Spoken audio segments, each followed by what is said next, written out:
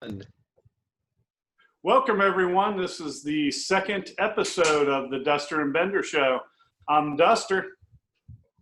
I'm Bender. And Bender is in Scotiabank Arena there, as you can see. And I am here in the press box at Nationwide Arena.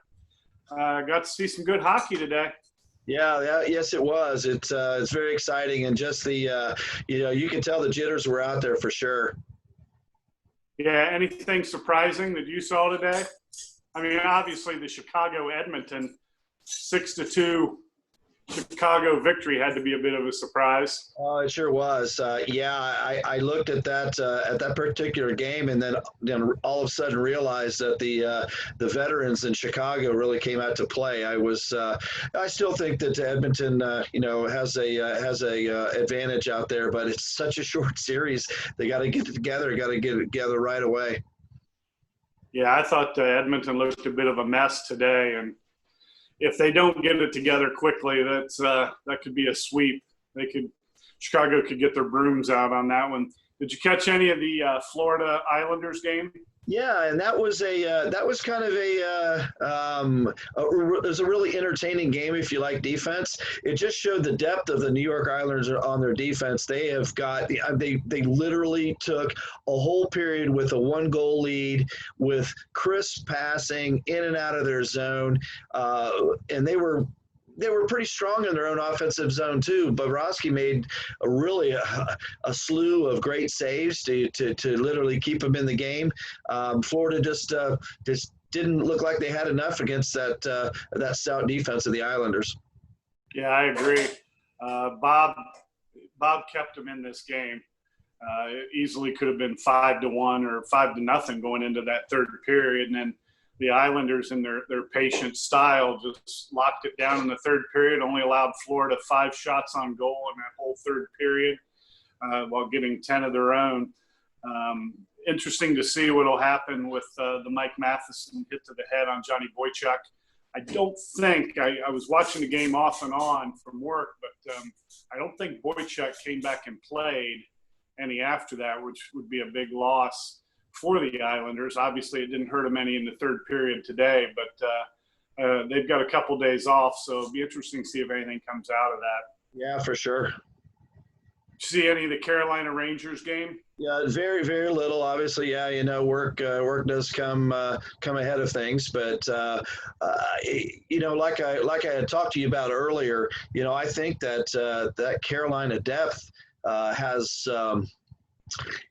really helped them just from being able to control the puck. And if you could control the puck on that face-off, it's a game changer. And I think Carolina's defense is pretty stout as well. So looking to see. I know I picked the Rangers to win this series. Rangers need to do something different. Maybe we need to see a goaltending change for the second game. But they've got to put a lot more offensive pressure on this young Carolina Hurricane defense. Yeah, I know that was one of the big questions of going into the series was who would start in goal, Shesterkin or King Henry, and obviously the Rangers went with Lundqvist for the start today. But and I thought Henry played well. I thought Hank played well. It'll be interesting to see, if they do make a change and when that happens in the series. I got a feeling they'll stick with Hank for at least the next game and see how that turns out. But they fall into a 2-0 hole. They may change goalies just for some energy or something there. So yeah, it'll be just from my own, I guess, selfishness, I want to see every series go 5, just because I want to watch more hockey. We haven't had hockey in a long time, Jim. For me, it's I know that the dedication that the group of hockey players that went, left their families, went in the bubble, they're doing it right. As you can see in some of the other sports out there, they're going to have some major problems in Major League Baseball. I'm just glad that the hockey players have taken this seriously. Yeah, I read something, 4,270 tests or something like that with 0 positives. So, yeah, the NBA's, done well in their bubble as well. So the whole bubble system kind of seems to be working. May have a change in the way sports are played here for us, at least in the near future. Looking forward to the Penguins Montreal game. Got it on the TV here behind me and or in front of me actually, and looking forward to seeing a good game played there, and as well as the Calgary Winnipeg game. I'm excited for that game with a lot of the young stars on both sides, and the great goaltending of Connor Hellebuck. So a lot to look forward to. But of course, the big question, tomorrow night, 8 p.m. I know where you'll be and where I'll be, watching the game in front of our TVs here. But what were your thoughts on the exhibition game the other night? Anything stand out to you? What do you think about the game tomorrow? Well, what obviously what stood out for me, outside of the scoring, I look as a defense first team. They didn't give many great looks to that offense, that powerful offense. You're talking about the best offensive that they could put together. They matched them with energy and the physicality. And of course, we know that the Columbus Blue Jackets are a physical team. They got big defensemen, and they've got some forwards that can really move the puck. What I'm looking forward to out of this next game is our 60-1 odd Columbus Blue Jackets taking it to these Toronto Maple Leafs. And you know what? I tell you, you don't have to have a lot of motivational board, propaganda, if you will, because I tell you what, they were picked 60-1 to win the Stanley Cup this year. I don't know if they remember what happened last year in Tampa, but they're actually telling us, Jim, that the Montreal Canadiens have a better chance to win the Stanley Cup than the Columbus Blue Jackets. That's enough for me. Go out and get them, boys. Yep. And both teams finished the regular season with the same number of points and the same number of games, both with 81 points in 70 games. So, there wasn't too much that separated them. They split the season series, one game apiece with Goose's nice little penalty shot goal in overtime. I don't know if you remember that game or not, going back to October for that. And, of course, opening night, the loss to the Maple Leafs. Yeah, I'm looking forward to a great series. This is the one I hope doesn't go 5 games. I'd always like to see the Blue Jackets sweep their opponents. Some interesting things. I took some notes the other night from the other night's game. We have to do better on faceoffs. No doubt about that. I think we only won about 30% of the faceoffs the other night. So that was a point of contention or a point of concern for me. I thought Corpy looked great in the first period and, the half of the second period. I don't think he had as many chances as what Elvis did, or as many big chances as what Elvis did. Of course, Elvis gave up the only goal in the game. I thought overall Elvis looked like he had a little bit more energy than what Corpy did, and I know it's tough to tell in an exhibition game. Texier did a nice job. It's nice to see him back in the lineup and his legs going. He drew 2 penalties in the game, and in 2 penalties in the first period, I should say, just by keeping his young legs moving all the time.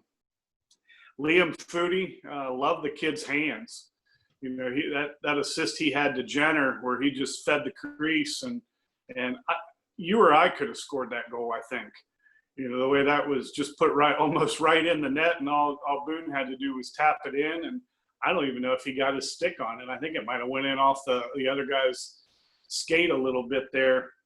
But I really like that Jenner, Nyquist, and Foudy line.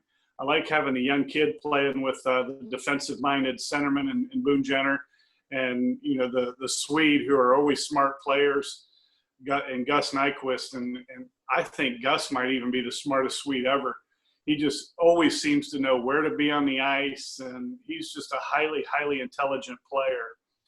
Of course, the power play goal that Gus had was a nice one with 4 or 5 passes there, and Zach's goal, although not a power play goal, probably should have been. It was right as the guy was let out of the box on that, but it was certainly a sweet shot from the point there on that.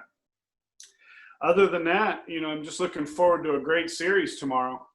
Yeah, I agree. And to Elvis's to the point about Elvis is, as the game progressed, Boston became more aggressive. They had to be. I mean, here's the thing that I watched. I really like watching positional play. We have stout defensemen that play the blue line as well as anyone on the offensive side. What I found is our wings and center did a great job locking off the board. So that foodie play you were talking about to Jenner he was in the right place at the right time where he was exactly supposed to be. They were trying to clear it out on that board. He stopped it on the board and made a tape-to-tape pass at 19 years old against one of the best teams in the league. And that was no joke. That was positional play that has been taught to him year after year after year. And he's doing this against one of the top teams. So what I'm saying is that the powerhouse Toronto Maple Leafs offense, they better play the boards well, because if they don't get physical on those boards and get that puck out, the Blue Jackets are going to take it in 3. Mm-hmm. Yep. I'd like to see that. I hope that happens. I agree with you 100% on everything you said about Liam Foudy. He's certainly got a bright future ahead of him, and hopefully he's here with the Jackets for a long time for that future. There was one other thing I wanted to say, something that you sparked, and I don't remember what it is. That's what happens when you get old, I guess. But anyway, let's watch some hockey tonight, and maybe do a between periods wrap up tomorrow. Yeah, absolutely. Yeah, it's great. It's great talking to you again. And, as always, go Jackets. Go Jackets. We'll see you, Bender.